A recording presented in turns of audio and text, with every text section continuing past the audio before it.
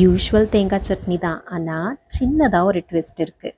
இந்த மாதிரி ட்ரை பண்ணிங்கன்னா கொஞ்சம் டேங்கியாக இந்த சட்னி ரொம்ப சூப்பராகவே இட்லி தோசை மட்டும் இல்லை பணியாரத்துக்குமே செமையாக இருக்கும். எப்படி செய்கிறதுன்னு பார்த்துடலாமா? ஒரு மிக்ஸி ஜார் எடுத்து கொஞ்சமாக தேங்காய் ஆட் பண்ணிக்கோங்க. கூடவே சின்ன வெங்காயம் 4லேருந்து 5 ஆட் பண்ணிவிட்டு பூண்டும் 2லேருந்து 3 ஆட் பண்ணிவிட்டு ஒரு கைப்பிடி அளவுக்கு ஃப்ரெஷ் கொரியாண்டர் லீவ்ஸ் ஆட் பண்ணிக்கோங்க. ஸ்பைஸுக்கு தகுந்த மாதிரி க்ரீன் சில்லி, ஒரு கைப்பிடி அளவுக்கு பொட்டுக்கடலை, 2 இன்ச்சுக்கு புளி, கூடவே டேஸ்ட்டுக்கு தகுந்த மாதிரி உப்பு, கொஞ்சமாக தண்ணி விட்டு நல்லா மையாக சட்னி பதத்துக்கு அரைச்சி எடுத்துக்கோங்க. இப்போ அழகாக ஒரு பவுலுக்கு ட்ரான்ஸ்ஃபர் பண்ணிவிட்டு கொஞ்சமாக தண்ணி ஆட் பண்ணி கரைச்சி இதில் ஊற்றிக்கோங்க.